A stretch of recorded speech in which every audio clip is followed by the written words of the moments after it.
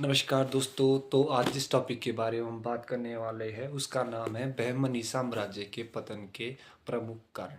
इसमें सबसे प्रमुख कारण है अमीरों की आपसी फूट। जो बहमनी साम्राज्य था वो पूर्ण रूप से मुस्लिम सत्ता का केंद्र हुआ करता था। आपसी जो हित टकराते थे वहाँ के अमीर लोगों के, और कई बार उनमें षड्यंत्र की भावना भी जो है वो घर कर जाती थी। इससे जो केंद्रीय सत्ता का स्ट्रक्चर है वो बहुत ज़्यादा कमज़ोर हो जाता है। उसकी जो साख है सिंहासन की, वो बहुत ज़्यादा उसमें नुकसान होता है। आमतौर पर शासन को प्रभावित करने वाले यही आम कारण होते हैं। इसके अलावा दूसरा कारण इसमें है हिंदू विरोधी नीतियाँ। जो बहमनी साम्राज्य था वो पूर्ण रूप से मुस्लिम साम्राज्य को मतलब नियंत्रित और शासन करता था उसके ऊपर। तो जो हिंदू होते थे, जो अल्पसंख्यक थे उस समय बहमनी साम्राज्य के दौरान, उनके राज्य में उनके खिलाफ जो बहुत ज़्यादा एंटी हिंदू पॉलिसीज अपनाई जाती थी। एग्जाम्पल के लिए जैसे उनके ऊपर जजिया कर लगाया जाता था।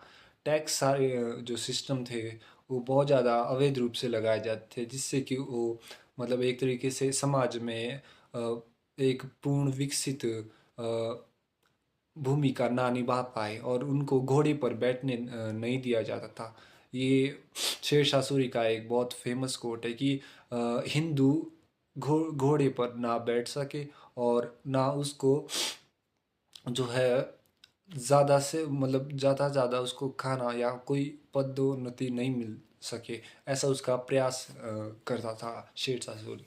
तो आगे जिसमें हम पढ़ने वाले हैं वो तीसरा, इसकी जो तीसरी चीज़ है, मेन हेडिंग है विजयनगर साम्राज्य के साथ निरंतर युद्ध। जो बहमनी साम्राज्य था वो विजयनगर साम्राज्य का ही मतलब पड़ोसी राज्य था, और दोनों जो साम्राज्यों के बीच है वो आपस में बहुत ज़्यादा मनमुटाव होता था। कई बार संघर्ष हुए थे। देवराय के समय में भी बहमनी साम्राज्य और विजयनगर साम्राज्य में युद्ध हो चुके थे। हालांकि उस समय विजयनगर साम्राज्य बहुत आसानी से जीत जाता था, क्योंकि कृष्णदेव राय जैसा जो महत्वपूर्ण और प्रभावशाली शासक विजयनगर साम्राज्य के पास था। और चौथा इसमें हम पढ़ने वाले हैं जो इसका सबसे मेन कारण है वो है अकुशल सेना। बहमनी साम्राज्य की स्थिति कुछ हद तक विजयनगर साम्राज्य के समकालीन थी। मतलब जो विजयनगर साम्राज्य के पास भी एक सेना थी, पर जब तक कृष्णदेव राय उनके राजा रहे, कमांडर इन चीफ रहे, तब तक उन्होंने सब कुछ प्रशासन को एकजुट करने का पूरा प्रयास किया। लेकिन जब कृष्णदेव राय की मृत्यु होगी तो वहाँ का जो विजयनगर साम्राज्य का सैनिक स्ट्रक्चर था और बहमनी साम्राज्य का सैनिक स्ट्रक्चर था, वो बहुत ज़्यादा उनकी एक जैसी हालत होगी। वो लड़ना भूल गए। कई बार उन्होंने युद्ध नहीं लड़े, और उसमें जो पैसा है वो सैनिकों को नहीं टाइम पे नहीं मिलता था। जो जो पांचवी हेडिंग है इसमें वो है महमूद गवा की मृत्यु। अब इसमें महमूद गवा बहमनी राज्य का सुल्तान था और शाह तृतीय का प्रधानमंत्री था। ऐसे योग्य, कर्मठ, मेहनती और ईमानदार व्यक्तियों के उदाहरण बहमनी साम्राज्य में बहुत कम मिलते हैं।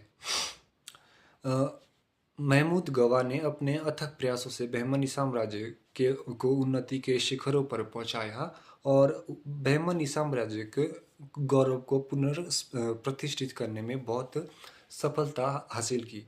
अपनी कूटनीति के चलते बहमनी साम्राज्य को अंदरूनी एवं विदेशी खतरों से सुरक्षित किया। बहुत ही इम्पोर्टेंट चीज़ है, क्योंकि जब आप सिर्फ अंदर से अपने आप को मजबूत कर रहे होते, तो कई बार चैलेंजेस ये होते हैं कि बाहर के जो पड़ोसी राज्य वो आपके ऊपर कभी भी हमला कर सकते हैं, क्योंकि जो आपकी कमजोरी है वो उस चीज़ को कहीं ना कहीं वो टेस्ट कर लेती है, और ये बहुत इम्पोर्टेंट चीज़ है।